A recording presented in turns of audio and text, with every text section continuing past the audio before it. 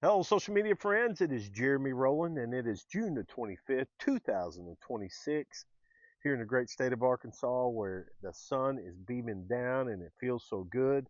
This is Driveway with Jeremy, where I sit in my $25 dollar store chair in the driveway of my home and I talk to you about sports, and then I match it with what does it teach us about life. And today I would like to speak with you about the Women's National Basketball Association. Now, before we get started, I want to say I want to come clean that I have never really ever watched the WNBA until this little girl by the name of Caitlin Clark was filling up stadiums in the state of Iowa, and she was chunking the pill from basically half court and putting it in people's eyes. Now, caused a huge stir. I mean, then she went to the WNBA, to the Indiana Fever, the state of basketball, Indiana. I mean, we're talking about Indiana. She went to the Fever and started playing basketball in the WNBA. Now, prior to Caitlin Clark going to the NBA, I think we can figuratively speak that not a whole lot of people watched it, okay? But then when Caitlin Clark started in the WNBA, people started watching it, started getting more on national television. The stands started getting fuller because people wanted to see this girl basically dropping the pill from half court in people's eyes. Now, so it causes a stir.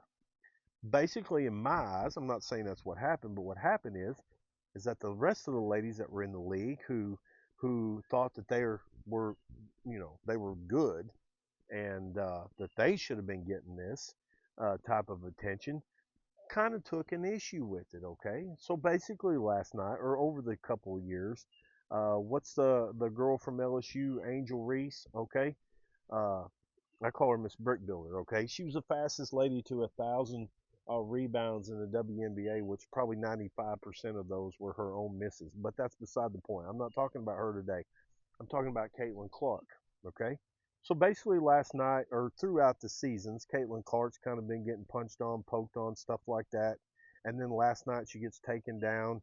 And based on the photos and the action and everything that I seen, because I actually had the game on one of my TVs. I'm telling you, I'm a sports lover. If I'm not working, I got 4 or 5 TVs going to sports. Now, so she goes down in the paint. The girl's on top of her. She basically puts a knee into her gut and then she puts a hand into her throat and pushes herself up. Now, let's talk about something. That's basketball at times. I'm not saying that the lady that did that did anything wrong in the heat of the moment. Lord knows, ask anybody about me from back in the day. You know, I might have been known to do a little something like that. But here's the problem, Caitlin Clark. If you're going to be the face of the WNBA and you're going to be a player, okay, you got to learn how to dish it, young lady. And what I'm talking about that is that we're talking about you versus a group of people who are bullies, okay? And the world doesn't like bullies. Bullies only pick on people who allow them to be picked on. You feel what I'm saying here on the basketball hardwood? When you're playing the game of basketball, if somebody is bullying you, just like any other bully in this world, the bully will keep coming around until the bully figures out that you no longer are going to take it. And then they move on down to the herd. You get what I'm saying to you, Caitlin Clark. It might cost you some technicals. Now, I'm not asking for violence. Let me make that very clear right now. I'm not asking for violence. But what I am asking for you to do is if you are going to be the star of the WNBA and you're going to be the one that's going to be putting the tickets in the hands of people who sit in the seats to buy the merch, to buy the concession stands, to sit there and watch it on national television, you, young lady, are going to have to get some thicker skin. Just call it like it is. I'm on both sides of the fence here. I mean, you can't complain about it, and then when people start doing it, you just don't do anything about it. The world don't work that way. So what does that teach us about life? I think I've already pretty much covered it.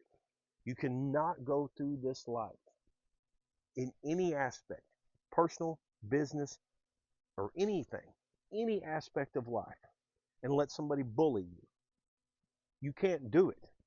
You cannot allow it because it shortens your mental and your physical being to be on this earth. So as soon as Caitlin Clark decides that she's going to start not allowing that, and you start allowing or not allowing people to bully you, and you know what your self worth is, life is a whole lot better. Now, as always, we try to keep Driveway with Jeremy between 5 and 8 minutes. I believe we just hit the 5 minute mark. I'm going to sit out here and get a sunburn because I am only going to let that sun bully me until I get tired of it. And then I'm going to say, you know what, sun? I've had enough today. I'm going to go inside.